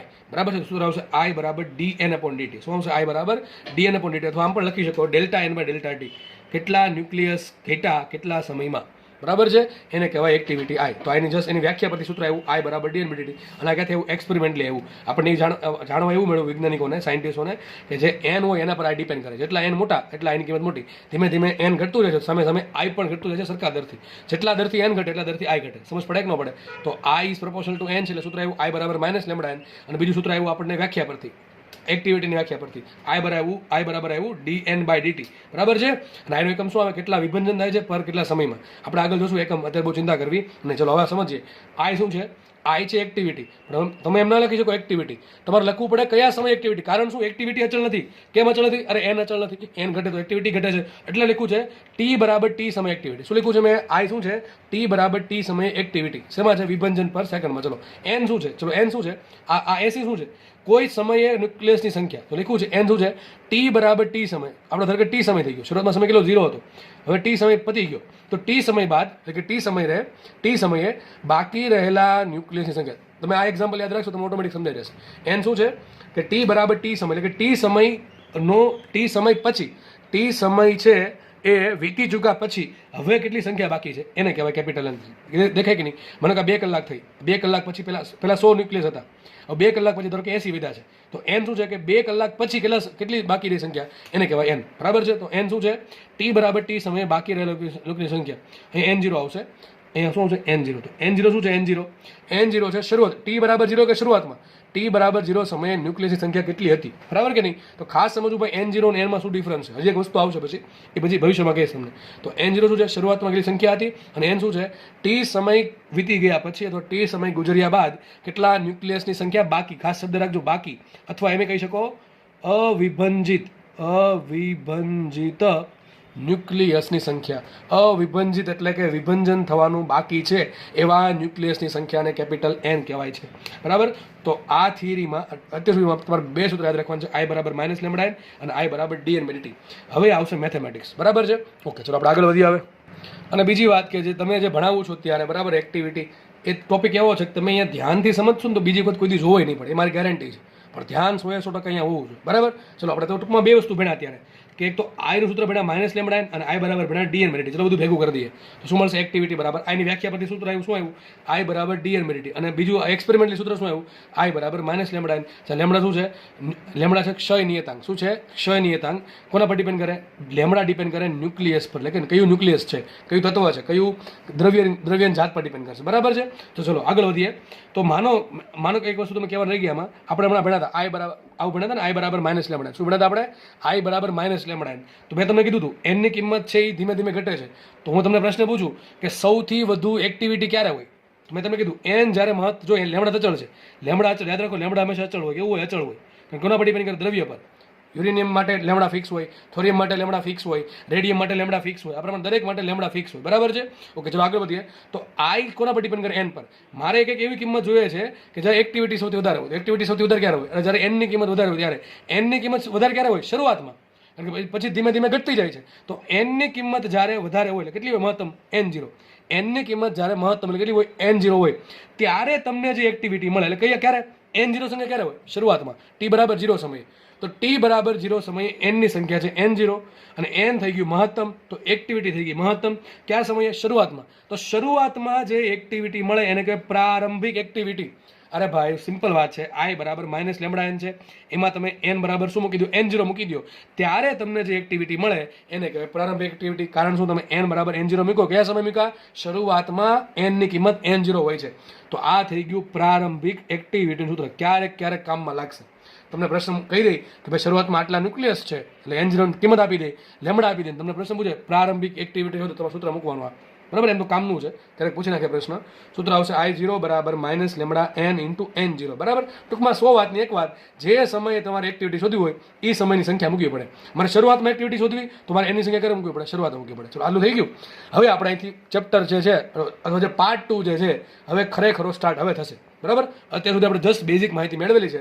હવે પ્યોરલી મેથેમેટિક્સ આવશે અને એકદમ ઇઝી મેથેમેટિક્સ આવશે. બરાબર છે? જે સાબિતી આપું છું એ સાબિતી યાદ રાખવાની જરૂર નથી, એવું નહીં તમને યાદ જ હોવી જોઈએ. બરાબર? પણ એનું જે કન્ક્લુઝન છે એમાં જે વચ્ચે ઘણું બધું કહેતો જઈશ, નિયમો જે છે એ તમારે ખાસ સમજવાના છે. બરાબર ભાઈ? તો એક કામ કરીએ, આપણે બેને ભેગા કરી દઈએ. જો I બરાબર dn by dt છે અને I બરાબર -λn છે. હું આ બેન ભેગા કરું. મારે છે ને n ની કિંમત જોઈએ છે t સ્વરૂપે. મારે n ની કિંમત જોઈએ છે t સ્વરૂપે. ફરીથી કહી દઉં, આ બેને ભેગા કરવાનું કામ શું? અરે મારે n નું સૂત્ર જોઈએ છે સમય સ્વરૂપે. ભાઈ કોઈ હું એમાં સમય મૂકવો જોઈએ કે ભાઈ શરૂઆતમાં 50 સંખ્યા છે તો 5 કલાક પછી કેટલી હશે, 10 કલાક પછી કેટલી હશે, એ મને મળી જવું જોઈએ. બસ તો એના માટે શું કરે? આપણે બેન ભેગા કરીએ. ચલો સૂત્ર આવ્યું I બરાબર dn by dt બરાબર -λn. આપણે બેન ભેગા કરીએ. કોને? dn by dt બરાબર શું લખાય? dn by dt બરાબર લખાય -λn. શું લખાય? dn by dt બરાબર લખાય -λ × n. અમારે n શોધવો તો n ને કરતા બનાવવા પડશે. એક કામ કરીએ, આ n વાળું પદ એ લાવવા દઉં, dt વાળું પદ આવું લાવવા દઉં. મેં તમને આવું શીખવાડેલ છે કાર્ય ઉર્જા પાવરમાં, અને ખાસ મેથ્સ વાળાને ખબર જ હશે કે આનું સંકલન વિકલન કેમ થાય. બરાબર છે? સીધી વાત છે કે વિકલનમાંથી તમારે n જોઈએ છે તો તમારે સંકલન કરવું પડશે, કારણ કે dn by dt આપેલું છે. મેં તમને આવું કીધું છે કે n વાળા પદ ભેગા કરો અને dt વાળા પદ બીજી બાજુ ભેગા કરો. આપણે n અહીંયા લાવીએ, dt આ બાજુ લાવીએ, સમીકરણ થઈ જશે આવું કે dn/n બરાબર -λ × dt. હવે મારે n શોધવા માટે d કાઢવો પડે તો શું કરીએ? બે બાજુ કરીએ સંકલન. તો કરી દીધું બે બાજુ સંકલન. પણ આ સંકલન છે નિયત સંકલન છે, કારણ કે લિમિટ છે. એવું સમય ઇન્ફિનિટી તમે લઈ શકો અને n ની કિંમત ગમે તે લઈ શકો. ના ભાઈ, એ ફિક્સ છે. એટલા માટે શું છે? નિયત સંકલન. નિયત સંકલન એટલે લિમિટ વાળું સંકલન. ચલો તો આપણે લિમિટ મૂકવા છે. અહીં કોની લિમિટ મૂકશું? અરે ભાઈ જેની સાપેક્ષ સંકલન થાય એની લિમિટ મૂકવી પડે. આ મૂકવી પડે મારી લિમિટ n ની. ચલો n ની અહીં કોની લિમિટ મૂકવી પડે? સમયની. ચલો સમય શું હોય? તો શરૂઆતમાં સમય ધારો કે ટી બરાબર 0 છે અને મારે ટી સમયે ક્યારે ટી બરાબર ટી સમયે મારે સંખ્યા શોધવી છે એનની, તો શું મૂકીશ? ટી બરાબર 0 સમયે ન્યુક્લિયસની સંખ્યા કેટલી હોય? n0, બરાબર કે નહીં? અહીંયા લિમિટ મૂકવાની છે તમારે એનની, અહીંયા લિમિટ મૂકવાની છે સમયની. ચલો સમય મૂકી દીધી લિમિટમાં 0 થી ટી, એટલે શરૂઆતના સમયથી તમારે જે પણ ચાહત હોય એ સમયે તમારે સમય મૂકવાનું. કે 5 સેકન્ડ, 10 સેકન્ડ, 15 સેકન્ડ, આપણે જનરલી ટી મૂકો, બરાબર છે? કે મારે ટી સમયે સંખ્યા શોધવી છે, તો હું શું કરીશ? ટી બરાબર 0 સમયે કેટલી સંખ્યા હતી ન્યુક્લિયસની? n0, બરાબર? શરૂઆતમાં મેક્સિમમ હતી. ધારો કે ટી બરાબર ટી સમયે ધીમે ધીમે ખવાઈને હવે સંખ્યા થઈ ગઈ છે n. કેટલી વધી? હવે n વધી. તો મેં લિમિટ મૂકી n0 થી n, અહીંયા લિમિટ મૂકી 0 થી t. બસ હવે સિમ્પલ છે. 1/x નું સંકલન શું થાય? ln x. તો 1/dn/n નો આન્સર આવશે સંકલનમાં ln n, બરાબર? ln n અને લિમિટ આવશે n0 થી n. n0 થી n આ માઇનસ લેમડા છે ને પદ મેં હમણાં કીધું માઇનસ ચલો અચળ છે અને લેમડા અચળ છે, તો એટલે માઇનસ લેમડા આવી ગયા 12. આ શું વધે? dt વધે, અને dt એટલે કોણ વધે? આગળ 1 વધે, અને 1 નું સંકલન થશે t ની સાપેક્ષે t, તો મૂકી દીધું t અને લિમિટ આવશે 0 થી સ્મોલ t, બરાબર? હવે લિમિટ છોડવાની છે, તો શું કરવાનું? Upper limit minus lower limit, તો મૂકીએ ln n માઇનસ n દેખાઈને મૂકીએ n0, તો ln n0. આ બધી હવે સમજાવવાની જરૂર આમ તો પડવી જ ના જોઈએ. અહીંયા માઇનસ લેમડા એમને આવશે, t ની જગ્યાએ મૂકો t અને t ની જગ્યાએ મૂકો 0, t - 0 t. સૂત્ર મને મળી ગયું ln n minus ln n0 બરાબર માઇનસ લેમડા t. હવે એક હજી થઈ શકે આમાં કે તમને આવું ખબર છે log x minus log y, અને શું લખાય? log x ભાગ્યા y. આ બધા નિયમ તમને ધોરણ 11 માં આપેલા છે, તમારા ચોપડામાં કંઈક લખા હશે, અને કંઈક હવે કદાચ રિવિઝન સ્ટાર્ટ કર્યું હોય તો વચ્ચે કંઈક આવી જશે, અથવા યાદ જ હોવા જોઈએ. આમ તો આ બધું જે કહું છું અત્યારે કોને લાગુ પડે? નીટ વાળા લાગુ પડે, મેથ્સ વાળા તો યાદ હોવા જ જોઈએ, બરાબર છે? શું આવશે અહીંયા? log x minus log y. તો log x minus log y ને કહેવાય log x ભાગ્યા y. તો ln n માઇનસ ln 0 એને શું કહેવાય? ln n by n0. શું કહેવાય? ln n/n0, બરાબર? અહીંયા રાખીએ અને આને પાછું લખાય પાછું આમ, બરાબર? ln લખો કે log e લખો, બધું થાય સરખું. ln લખો, ln મતલબ શું થાય? log e, બરાબર? એટલે કે બેઝ કોનો છે? e નો બેઝ છે, અને log કોનો શોધવાનું છે? n ભાગ્યા n0 નો. તો ln n0 ln n by n0 બરાબર લખાય log e n by n0 બરાબર આવશે માઇનસ લેમડા t. રાખો એમને. અમારે કરતા બનાવવો છે n ને, તો એક કામ કરીએ, આપણે આ પદને કરતા બનાવવો છે, કઈ રીતે બનશે? આ કરતા બનશે ને આ જશે અહીંયા, અને આની ઉપર આ આખી ઘાત ચડી જશે. હકીકત નિયમ આવો છે ભાઈ, કહી દઉં ચલો ને ભાઈ, તમને તો યાદ હોવો જોઈએ. log x હોય અહીંયા y હોય ને અહીંયા z હોય ને તો લખાય આમ, બરાબર? તમારે શોધવાનું છે log x, બેઝ કરવો છે y, અને ધારો કે આન્સર આવે છે z, તો માનો કે મારે x ને કરતા બનાવવું, x બરાબર શું લખાય? x બરાબર y આની ઉપર ચડી જશે, y રેસ ટુ z, બરાબર? સોરી, y ઉપર z આવી જશે, તો x બરાબર આવશે y રેસ ટુ z. તો એ નિયમનો ઉપયોગ કર્યો મેં. આ n બાય n0 કરતા બનાવીએ તો e ક્યાં આવશે? અહીંયા જશે, એટલે આ માઇનસ લેમડા t ની ઘાત થઈ જાય. સૂત્ર મળી ગયું મને, n બરાબર n0, n ભાગ્યા n0 બરાબર e raise to minus lambda t. બહુ જ મહત્વનું સમીકરણ, મોસ્ટ IMP ઇક્વેશન. જો કે આવા ઘણા બધા ઇક્વેશન આપણે સાબિત કરવાના છે આ થિયરીમાં. તમને સૂત્ર મળી ગયું n ભાગ્યા n0 બરાબર e raise to minus lambda t. તો n બરાબર શું થાય? n0 આવશે ગુણાકારમાં, તો n બરાબર n0 e raise to minus lambda t. સૂત્ર મળી ગયું મહત્વનું, n બરાબર n0 e raise to minus lambda t. શું મળ્યું? n બરાબર n0 e raise to minus lambda t ભાઈ 5 વખત લખું, યાદ ન રહે ને તો n બરાબર n0 e raise to minus lambda t, બરાબર? આ બધું યાદ રાખવાનું છે. અરે ભાઈ ઘણા થાય એવું, નવું ભણતા જાય, જૂનું ભૂલાતું જાય. જેમ કે માનો કે તમને એક પ્રશ્ન પૂછું અત્યારે, એમ તમને પ્રશ્ન પૂછું કે અવમંદિત દોલનના કંપ વિસ્તારનું સૂત્ર શું હતું? ફરીથી બોલું છું, અવમંદિત દોલનના કંપ વિસ્તારનું સૂત્ર શું હતું? જો તમને સૂત્ર યાદ હોય તો તમારી મહેનત બેસ્ટ છે, તમને કોઈ પાછળ ન રાખી શકે.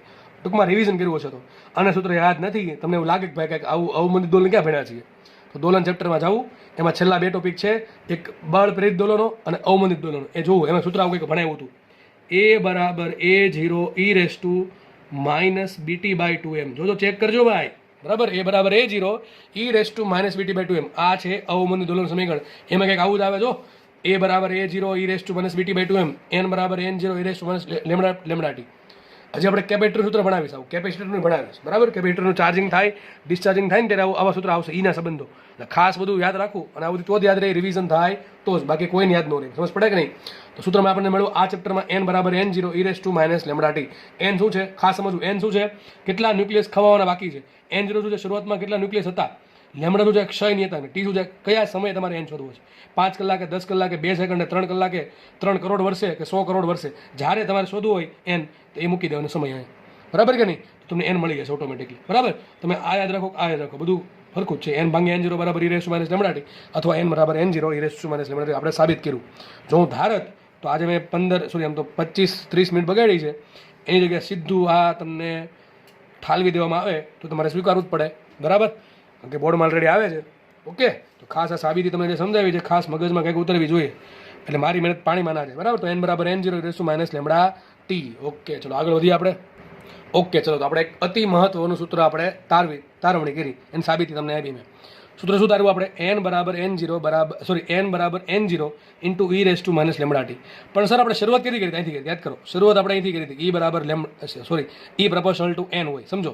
ઈ ક્યાં n આઈ પ્રપોર્શનલ ટુ n હોય. જે એક્ટિવિટી છે n ના સમપ્રમાણમાં હોય. જેવું સૂત્ર મારે n નું લખવું છે એવું સૂત્ર મારે આઈ માટે લખવું. સૂત્ર શું આવું? કેમ સર કેમ એવું લખવું છે? અરે સીધી વાત છે કે n ની સંખ્યા ઘટે તો એક્ટિવિટી ઘટે, પણ કેટલી ઘટે એ મારે શોધવું છે.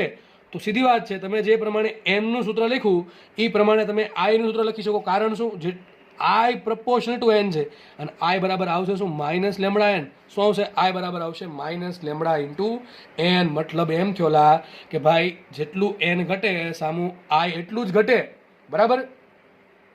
તો સૂત્ર આવ્યું n બરાબર n0 e raise to minus lambda T.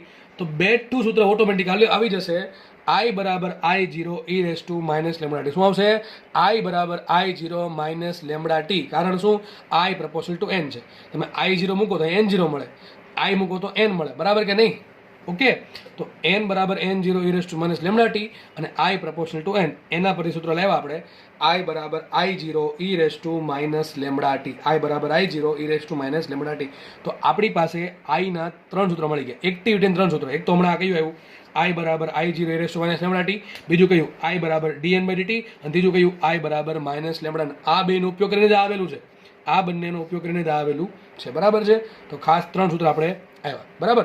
તો અહીંયા સુધી કોઈને કંઈ વાંધો હોવો જોઈએ નહીં. વાંધો હોય તો થોડુંક રિવાઇઝ કરીને જોઈ લો, જ્યાં વાંધો હોય ત્યાં, બરાબર. ઓકે, તો આપણે આગળ વધીએ. નવો ટોપિક, એટલે કે આમાં જો કે આ થિયરી આખી ભેગી જ છે, બરાબર. આપણે શરૂઆતમાં અહીંયા આપણે બધી થિયરી જેટલી છે થિયરી ભણી લેશું, બરાબર. એમાં નવી થિયરી નથી, પણ એકદમ ટોપિક કહી શકો, નવો ટોપિક કે જે એક્ટિવિટી જોડે સંલગ્ન છે, બરાબર. તો નવો ટોપિક છે અર્ધાયુ, બરાબર. કારણ કે દાખલામાં તમને ઘણી વખત એવું કહે છે કે ભાઈ યુરેનિયમનો અર્ધાયુ આટલો છે, થોરિયમનો આટલો છે, બરાબર. અલગ અલગ તત્વોના અર્ધાયુ આપ્યા છે. તો આયુ શું છે? અર્ધાયુ, બસ નામ જ છે અર્ધાયુ, એટલે કે અડધું આયુષ્ય થઈ જવું, બરાબર. એવું જ કંઈક મિનિંગ છે એનો. શું કહે? ચલો હવે પેલા અર્ધાયુ, half period, half time period જે પણ કહેવાય, બરાબર. હાફ ટાઈમ પીરિયડ શું કહે છે?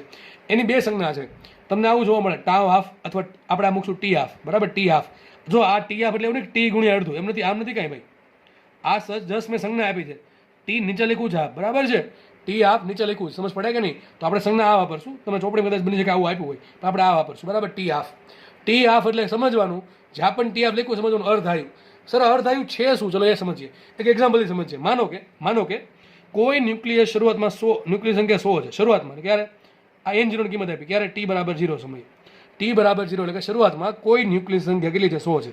હવે કેટલા સમય પછી આ જે સંખ્યા છે, ખાસ સમજો, કેટલા સમય પછી આ જે સંખ્યા છે એ શરૂઆતની કરતાં અડધી થઈ જાય. એટલે પહેલાં કેટલી હતી? 100 કેટલી થઈ જવી? 50 થઈ જવી જોઈએ. અને n કેટલા સંખ્યા થઈ જશે? n0 ભાગ્યા 2. તો હવે n કેટલા થઈ જવા જોઈએ? n થઈ જવા જોઈએ પહેલાં કરતાં અડધા. પહેલાં કેટલા 100 હતા? હવે થઈ જવા જોઈએ 50. અથવા પહેલાં કેટલા n0 હતા? હવે થઈ જવા n0 બાય 2. તો આ જે સમયગાળો, એ જે સમયગાળો છે ને કે ટી હાફ. ભલે સમજો ભાઈ, માનો કે કોઈ વ્યક્તિની ઉંમર 100 વર્ષની છે, તો અડધું આયુષ્ય ક્યારે કહેવાય? ખબર પડી જાય આપણને 100 વર્ષની છે, આ વ્યક્તિ 100 વર્ષ જ જીવવાનો છે, ખબર પડી જાય તો આપણે એમ માનીએ કે ભાઈ આ વ્યક્તિ જે 50 વર્ષની ઉંમર પ્રાપ્ત કરે તો એ વ્યક્તિ અર્ધાયુ પોઈગો એમ કહેવાય. તો બસ એવું જ કંઈક યાદ રાખવાનું છે. અહીંયા યાદ રાખવાની સમજવાનું છે કે અર્ધાયુ કોને કહેવાય. ટૂંકમાં એક વાત તો બાકી, અર્ધાયુ કે સમયની વાત કરે છે. કેટલો સમય?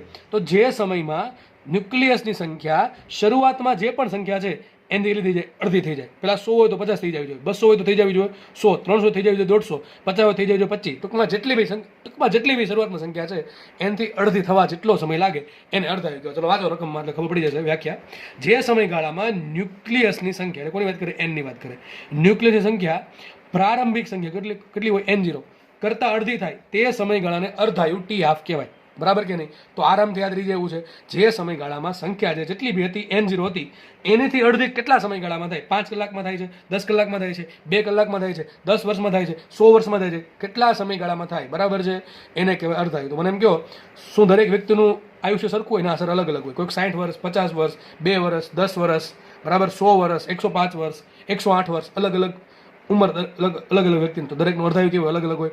તો એ જ રીતે યાદ રાખજો, દરેક જે ન્યુક્લિયસ છે, યુરેનિયમ છે, થોરિયમ છે, ટૂંકમાં આમ તો ગમે લઈ શકો તમે, એનું અર્ધાયુ અલગ અલગ હોય. તો પહેલી વસ્તુ તે ખબર પડી આપણને કે અર્ધાયુ કોના પર ડિપેન્ડ કરે? અર્ધાયુ ડિપેન્ડ કરે તત્વ પર. કયું ન્યુક્લિયસ છે, ન્યુક્લિયસના પ્રકાર પર ડિપેન્ડ કરે. યુરેનિયમ માટે અલગ હશે, થોરિયમ માટે અલગ હશે, રેડિયમ માટે અલગ હશે, દરેક માટે ટૂંકમાં અલગ અલગ હોય. બરાબર છે. તો જે સમયગાળામાં ન્યુક્લિયસની સંખ્યા પ્રારંભમાં N0 કરતાં અડધી થઈ જાય એ સમયગાળાને સિમ્પલ કહેવાય અર્ધાયુ. તો આપણે એક કામ કરશું, મારી પાસે સૂત્ર છે n બરાબર N0 e λt. એમાં એક કામ કરીએ, મારે ટી શોધવો છે. ટી એવો શોધવો છે કે જ્યારે સંખ્યા N0 કરતાં અડધી થઈ જાય. એટલે ટી કયા ટીની વાત કરીશું? અર્ધાયુ શોધવો છે. તો હું શું કરીશ? અર્ધાયુ શોધવા માટે આ સૂત્ર છે એમાં ટી બરાબર શું મૂકી દઉં? અડધું મૂકી દઉં, ટી હાફ મૂકી દઉં, અને બીજું શું કરું? આજે n જેટલા મૂકી દઉં, N0 ભાગ્યા 2, તો મને શું મળશે? ઓટોમેટિક અર્ધાયુ મળી જાય. આપણે કામ કરીએ, આપણું જે સમીકરણ છે n બરાબર N0 e λt, એમાં શું કરીએ આપણે? સંખ્યા કેટલી છે? n કેટલી થઈ જવી જોઈએ? 50. એટલે કેટલી? અડધી. કોના કરતા અડધી? N0 કરતા અડધી. તો એક કામ કરીએ, સંખ્યા મૂકી દઈએ અડધી, n શું મૂકી દઉં? N0/2. તો જ્યારે સંખ્યા N0/2 થઈ જશે ત્યારે જે સમય મળે આપણને એ સમય કયો હશે? ટી હાફ હશે. કયો હશે? T half. તો આપણે કાંઈ નથી કરવાનું. સમીકરણમાં n બરાબર N0 e λt છે, એમાં તમારે એક જ કામ કરવાનું છે. n ની જગ્યાએ શું મૂકવાનું છે? N0/2. શું મૂકવાનું છે? એની જગ્યાએ ઘણા કહેશે N0/2 કેમ મૂક્યા? અરે ટોપા વ્યાખ્યા વાંચ, મારે ટી હાફ શોધવો છે. ટી હાફ શોધવા માટે સંખ્યા અડધી થવી જોઈએ એટલા માટે. બરાબર છે. તો ઘણા કોમન સેન્સમાં ન સમજે, ઘણા આમ એવું જ હોય કે આમ કર્યું કેમ, પણ એનું કંઈક કારણ હોય, થોડુંક વિચારવું પડે જાતે. બરાબર છે. તો આમાં શું કામ કર્યું છે? અડધું શું કામ કર્યું? અરે મારે એવો સમય શોધવો છે કે જ્યાં સંખ્યા અડધી થાય. તો સંખ્યા કહું જ છું અડધી થાય તો N0/2. ઘણા બધા આમ કહે સર એ અડધું જ કેમ લખ્યું? અરે ભાઈ ડિફાઇન કર્યું છે, વ્યાખ્યાયિત કર્યું છે, એક સમય જોવો છે કે ક્યારે અડધું થાય છે. બરાબર, એવું નથી કે આપણે અડધું જ રાખવું, ત્રીજા ભાગનું રાખી શકો, એક નવું નામ આપવું પડે. પણ જે ચાલે એ ચાલે છે, સમજ પડે કે નહીં? તો જે સમયગાળામાં સંખ્યા અડધી થાય છે એ સમયગાળાને ટી હાફ કહેવાય. આપણે કામ કરીએ, n બરાબર શું મૂકી દઉં? N0/2. ત્યારે જે સમય મળશે એ કયો છે? ટી હાફ મળશે. નેક્સ્ટ પેજમાં ગણતરી કરી છે. સૂત્ર છે કયું? n બરાબર N0 e λt. આપણે કામ કરીએ, મેં શું કીધું એમાં? તો n બરાબર મૂકી દઈએ N0/2, અને ટી જગ્યાએ શું મૂકી દઉં? ટી હાફ મૂકી દઉં. બરાબર, ટી હાફ. જો આમ નથી લખ્યું ટી ભાગ્યા 2, આમ લખ્યું છે ટી હાફ, જે સંજ્ઞા આપેલી છે. બરાબર છે. તો સાદુરૂપ આપવાનું છે. જો N0/2 બરાબર N0 e λ into T half. બરાબર, ટી હાફ. તો N0 ઉડી ગયા, વધે શું? 1/2 is equal to e λ into T half. હવે વિચારો, આ 2 છે, 1/2 શું લખાય? 2 ની -1 ઘાત લખાય ન લખાય? બરાબર. તો 1/2 લખ્યું છે 2 ની -1 ઘાત. અરે ભાઈ આમ 2 ની 1 ના છે તો 2 ની 1 ઘાત શું લખાય? 2 ની -1 ઘાત. તો 2 ની -1 ઘાત બરાબર આવશે e λ ઇન્ટુ ટી હાફ. હવે સમજ પડે તો ઠીક છે, 2 ને બેનું માઇનસ ઉડી જશે, અને એમ ખબર ન પડે તો બે બાજુ મેં -1 ઘાત વડે ઉડ્યા છે, સોરી લખ્યા છે, આવું થઈ જશે.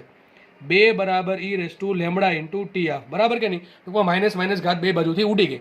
હવે મારે શોધવાનું છે ટી હાફ શોધવાનું છે. યાદ રાખો, જ્યારે તમારો જવાબ ઘાતમાં હોય ને ત્યારે લોગ લેવો પડે. યાદ રાખો, જ્યારે તમારો જવાબ, યાદ રાખજો, હંમેશા ઘાતની અંદર હોય ને, કોઈની ઘાત ઉપર, ત્યારે તમારે હંમેશા લોગ લેવો પડે. મેં શું કર્યું? અહીંથી લોગ લીધો.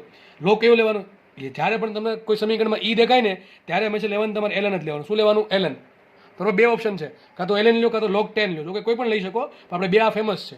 બરાબર છે. તો જ્યારે યાદ રાખો, જ્યારે પણ સમીકરણમાં તમને ઈ દેખાય ત્યારે તમારે લેવાનું શું? ln લેવાનું. આપણે સમીકરણ મળ્યું 2 બરાબર e λ ટી હાફ. શું મળ્યું? 2 બરાબર e λ ટી હાફ.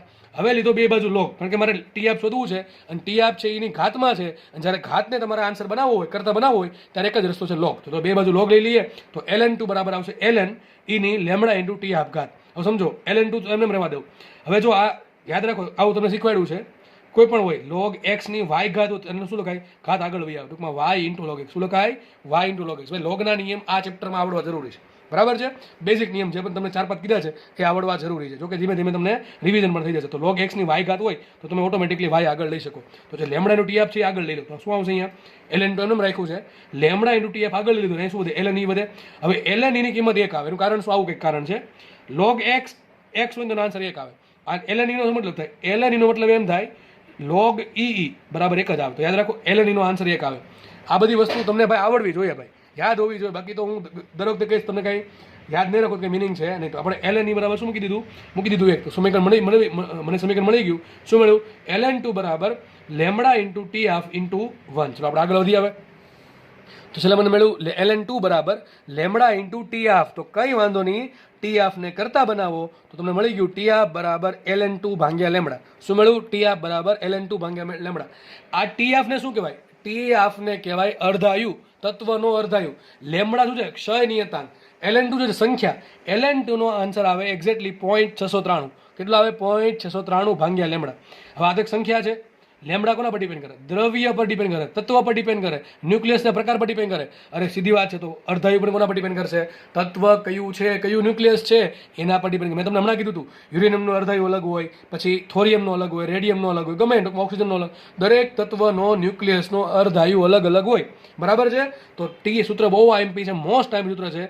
દાખલા ગણવામાં તો પૂછાશે જ તે, સોરી ક્યારેક દાખલો પૂછી નાખશે, પણ દાખલામાં લગભગ દરેક દાખલામાં કંઈક ને કંઈક આ સૂત્રની જરૂર પડે. કંઈક ને કંઈક દાખલામાં આ સૂત્રની જરૂર પડશે. સૂત્ર મળી ગયું મને. ટી બરાબર 0.7, સોરી એક્ઝેક્ટ આ છે ln2 બાય લેમડા. કારણ કે આપણે આ ઘણી વખત આવું ln2 ઉડી જતું હશે, રકમ એ પ્રમાણે આપ્યું હશે. યાદ રાખજો ટી બરાબર આવશે ln2 બાય લેમડા. ln2 ની કિંમત આવે 0.693, અને આપણે 0.693 ને ઘણી વખત જો અટપટું લાગશે, બરાબર છે, કેલ્સી વગર, તો આપણે એને 0.7 પણ લઈ લેશું. પણ આ બંને તો જ ઉપયોગ કરવું, બાકી આવું વાપરવું ln2 બાય લેમડા અથવા 0.693 બાય લેમડા. ઘણી વખત છે ને રકમમાં તમે શું આવે ખબર છે? તમારે જરૂર પડતી હોય ટી હાફની અને તમે રકમ આપી હોય લેમડા, તો તમે શું મૂકશો? ln2 ભાંગે લેમડા કરો તો શું મળે? ટી હાફ મળે. તો એમ કહ્યું લેમડાનો એકમ શું આવશે? લેમડાનો એકમ આવે 1/સેકન્ડ. સમજ પડે કે ન પડે? અરે ભાઈ ln2 સંખ્યા છે, ચલો લેમડા કરતા બરાબર. લેમડા બરાબર શું આવે? લેમડા2 બરાબર આવશે ln2 by T half 0.693 by T half, અથવા એપ્રોક્સિમેટલી 0.7 ટી હાફ. હવે ln2 એક સંખ્યા છે અને ટી હાફ શું છે? અર્ધાયુ છે. શું છે? એકમ સેકન્ડ. તો લેમડાનો એકમ આવશે 1/સેકન્ડ. યાદ રાખજો, તમને પ્રશ્ન પૂછાય કે ક્ષય નિયતાંકનો એકમ કેવો હોય, કયો હશે ગુજકેટમાં ખાસ, તો શું આન્સર આવશે? 1/સેકન્ડ. એનું એમએલટી શું આવે? m0 l0 t-1 પૂછાય તો, બરાબર છે. બાકી આ સૂત્ર મોસ્ટ ટાઈમ. હવે આ યાદ રાખવાનું, આ એવું બેઠું જ છે ભાઈ. ઘણા આય ગોખે ને આય ગોખે, તો કે ગોખવાનું કાંઈ હોય જ નહીં, સમજવાનું જ હોય. તો સૂત્ર શું આવશે? ટી આપ બરાબર એમ મળ્યું ln2 લેમડા. લેમડા શું છે? ક્ષય નિયતાંક, એનો એકમ છે 1/સેકન્ડ, અને ટી આપ છે અર્ધાયુ. તો મને સંબંધ મળી ગયો. ટી આપ કોના પર ડિપેન્ડ કરે? લેમડા પર ડિપેન્ડ કરે. સૂત્ર શું આવે? ટી આપ બરાબર ln2 લેમડા 0.693 ભાગ્યા લેમડા. ચલો આગળ વધીએ આપણે. નેક્સ્ટ થિયરી છે સરેરાશ આયુ. હમણાં આપણે ભણ્યા અર્ધાયુ, હવે આપણે ભણશું સરેરાશ આયુ. ટૂંકમાં આપણે એક ટાઈપનો સમય જ છે. શું છે? એક સમય છે, એક ટાઈમનો સમય જ છે. કયો સમય? ચલો હમણાં સમજીએ. આની સંજ્ઞા આપણે ટો રાખશું. રાખશું ખાલી ટો રાખશું સંજ્ઞા. આખા ચેપ્ટરમાં હું આને ટો વડે દર્શાવીશ. જો કે જરૂર બહુ ઓછી પડશે, પણ ક્યારેક દાખલા પૂછાય છે આના આધારિત, બરાબર છે, તો આપણે ત્યારે કામ લાગશે. તો સરેરાશ આયુ કોને કહેવાય? પહેલાં આપણે સમજ્યા સરેરાશ અર્ધાયુ. હવે આપણે સમજવાનું છે સરેરાશ આયુ. અર્ધાયુમાં શું હતું? સંખ્યા પહેલાં જેટલી હતી એની અડધી થતી હતી. અહીંયા બહુ ઇઝી છે. સંખ્યા પહેલાં જેટલી હતી એની ઈમાં ભાગની થાય છે. તો વાંચી રકમ, સોરી વ્યાખ્યા વાંચીએ એની. જે સમયગાળામાં ન્યુક્લિયસની સંખ્યા n કેટલી થઈ જાય? પ્રારંભિક સંખ્યા n0 કરતાં ઈમાં ભાગની થાય, તે સમયગાળો જે છે એને કહેવાય સરેરાશ આયુ. શું કહેવાય એને? સરેરાશ આયુ, ટો, બરાબર. તો સિમ્પલ વાત છે. આગળ સંખ્યા અડધી થતી હતી, અહીંયા થાય છે અડધી નહીં, પણ કેટલી? ઈમાં ભાગની. તો સૂત્ર આપણે કહ્યું છે n બરાબર n0 e લેમડા ટી. એમાં n બરાબર શું મૂકીએ? n0 ભાગ્યા ઈ મૂકીએ, અને જ્યારે હું સંખ્યા કેટલી થઈ જશે? શરૂઆત કરતાં ઈમાં ભાગની થાય ત્યારે જે સમય મળે એને કહેવાય ટોને કહેવાય સરેરાશ આયુ, બરાબર છે. તો આવશે સૂત્ર કિંમત મૂકી દઈએ n0 ભાગ્યા n બરાબર શું મૂકી દઈએ? n0 ભાગ્યા ઈ, અને ત્યારે જે સમય મળે કયો સમય મળશે? મને ટો મળશે. બસ આગળ વધીએ આપણે. તો n0 ઉડી ગયા, વધુ શું? 1/e બરાબર ઈની માઇનસ લેમડા ટો ઘાત, બરાબર છે. 1/e શું કહેવાય? ઈની -1 ઘાત. તો ઈની -1 ઘાત બરાબર e લેમડા ટો. હવે માઇનસ ઉડી ગયા, બરાબર છે. તો વધુ શું? અથવા એમ સિમ્પલ વાત છે, લખાશે આમ ઈ બરાબર અથવા ઈની 1 ઘાત બરાબર e લેમડા ઇન્ટુ ટો. હવે અહીંયા ઈ છે ને અહીંયા ઈ છે, બરાબર. અહીંયા ઈ છે ને અહીંયા ઈ છે. શું સાબિત શું થાય? બે ઘાત સરખી હોય ને તો જ આ બે સરખું થાય. આગળ શું કંઈક આવું હતું? 2 બરાબર e લેમડા ઇન્ટુ ટી આવું હતું. હવે તમારે એમ ના 2 બરાબર ઈ ન હોય, એટલે તમે ડાયરેક્ટ ના સરખાઈ શકો 2 બરાબર 1 બરાબર લેમડા ઇન્ટુ 2 બરાબર. એના માટે આવી સરખા હોવા જોઈએ. સમજ પડે કે નહીં? બુદ્ધિ એટલી ભગવાન આપી જશે બધાને, બરાબર. થોડુંક આપણે વાપરી શકીએ. ઈ પેલા માઇનસ ઉડાડી દીધા, તો વધુ શું? ઈની 1 ઘાત બરાબર ઈની લેમડા ટી ઘાત. હવે બે બાજુ આધારમાં બે જગ્યાએ ઈ જ છે, તો ક્યારે પોસિબલ થાય? ઘાત સરખી હોય તો જ પોસિબલ થાય, બરાબર છે. તો સીધું સાબિત થઈ જશે. લોગ લેવાની જરૂર નથી. તો તમે લોગ લો તો આ જ આન્સર આવશે. તો 1 બરાબર આવશે લેમડા ઇન્ટુ ટો. શું આન્સર આવશે? 1 બરાબર લેમડા ઇન્ટુ ટો. તમને સૂત્ર મળી ગયું ટોનું. તો 1 બરાબર લેમડા ઇન્ટુ ટો હોય. ટો બરાબર શું થાય? 1 લેમડા. ટો બરાબર આવ્યું 1 લેમડા. સમજો ટો બરાબર શું આવ્યું? 1 લેમડા. લખ્યું છે અહીંયા ટો બરાબર 1 લેમડા, અથવા લેમડા બરાબર શું આવે? 1 ટો.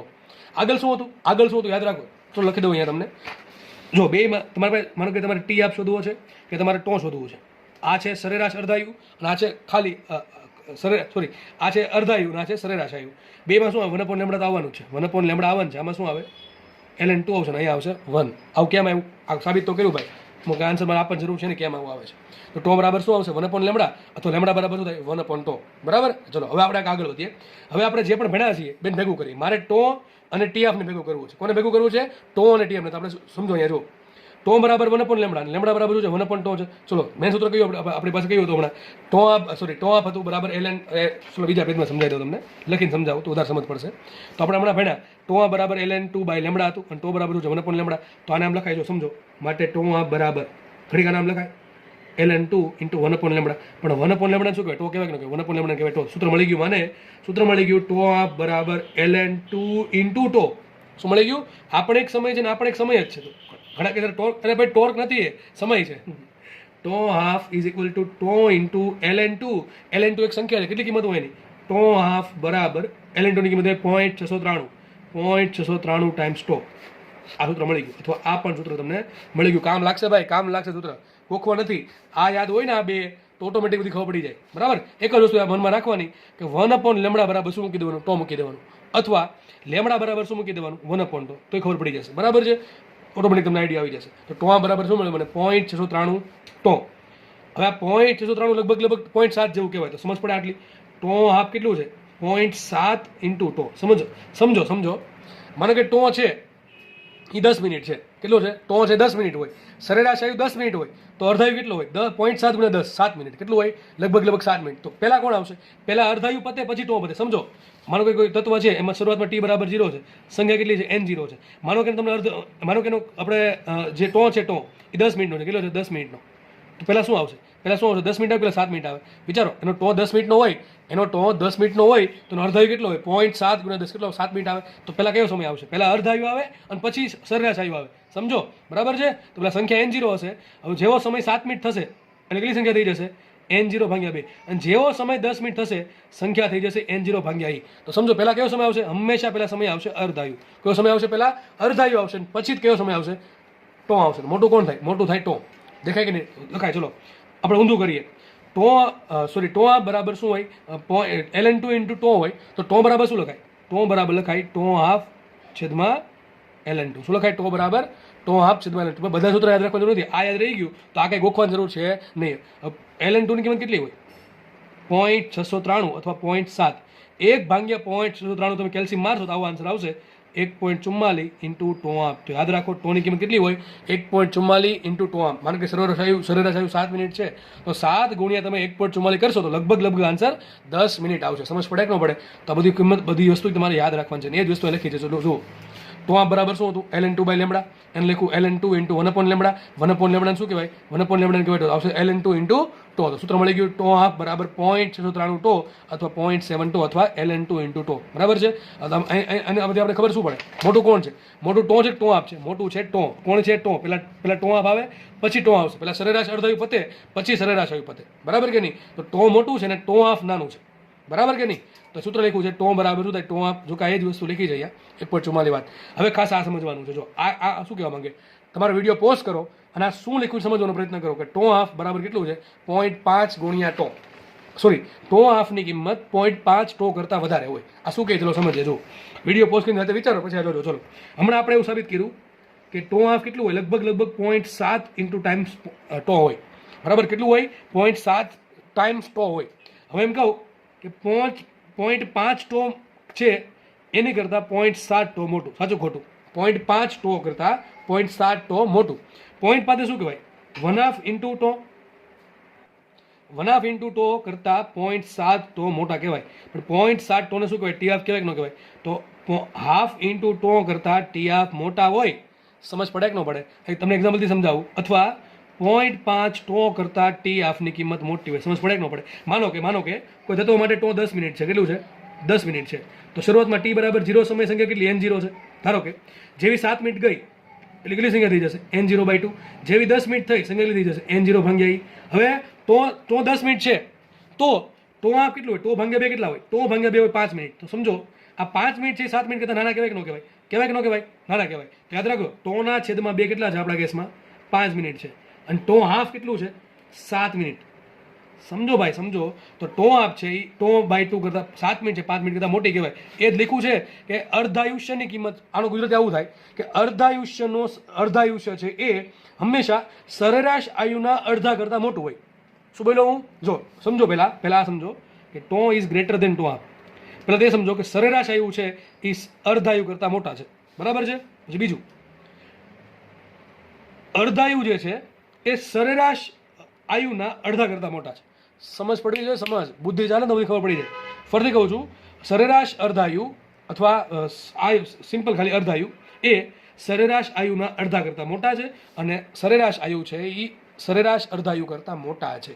બરાબર કે નહીં? તો યાદ રાખજો, ટો ઇઝ ઇક્વલ ટુ 1.44 ટાઈમ્સ ટો આપ થાય, ટી આપ થાય, અને ટી આપ બરાબર શું આવશે? ln2 ઇન્ટુ ટો થાય, એટલે કે 0.69 તો 0.7 ટાઈમ્સ ટો થશે. બરાબર છે. અને ટો હાફની કિંમત 0.7 ટો હોય તો ટો હાફની કિંમત 0.5 ટો કરતાં મોટી હોય એટલે કેટલી હશે? 0.5 ટો લખો અથવા ટો બાય 2 લખો, એની કરતાં મોટી થશે. તો વાંચો હવે શું લખ્યું છે? ટો હાફની કિંમત ટી હાફની કિંમત 0.5 ટો કરતાં વધારે હશે. બરાબર.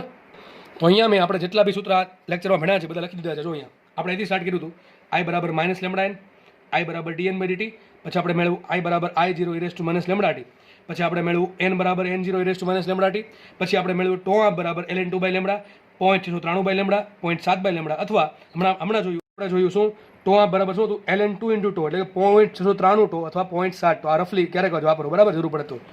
અને પછી આપણે હમણાં જોયું કે ટી હાફ કરતાં ટોની કિંમત મોટી હોય અને ટી હાફની કિંમત કેટલી હોય? 0.693 ઇન્ટુ ટો. આ જ લખ્યું છે, બરાબર. અને ટી હાફની કિંમત એટલે કે અર્ધાયુષ્યની કિંમત સરેરાશ આયુના અડધા કરતાં મોટી હોય છે, કારણ કે આ 0.7 હોય, આ 0.5 કરતાં 0.7 મોટા જ થાય, બરાબર. પછી આપણે આ એ જોયું સૂત્ર, આ પણ સાબિત કર્યું આપણે કે ટોની કિંમત એટલે કે સરેરાશ આયુની કિંમત કેટલી? 1/λ. જેટલો ક્ષય નિયતાંક હોય એનો વ્યસ્ત કરો તમને શું મળશે? સરેરાશ આયુ મળે. સરેરાશ આયુનું સૂત્ર બીજું હતું, ટો આપ બાય ln2, ટો આપ બાય 0.693, અને 1/છેદમાં ln2 ની કિંમત આવશે 1.44. તો ટો બરાબર શું આવશે? ટો બરાબર આવશે 1.44 ટો હાફ, ટી હાફ, બરાબર. ટી હાફ બોલો, ટો હાફ બોલો, બધું હરખું જ છે, બરાબર. કારણ કે આમ પણ લખાય અને આમ પણ લખાય, બરાબર. આપણે વાપરશું. તો ટો બરાબર આવ્યું 1.44 ટાઈમ્સ અર્ધાયુ, સરેરાશ અર્ધાયુ, બરાબર. અને છેલ્લે આપણે એ પણ ખબર પડી કે ટોની કિંમત ટી હાફ કરતાં મોટી હોય, બરાબર છે. ઓકે, તો આપણે આ લેક્ચરમાં આટલું રાખીએ. નેક્સ્ટ લેક્ચરમાં આપણે આગળ વધશું.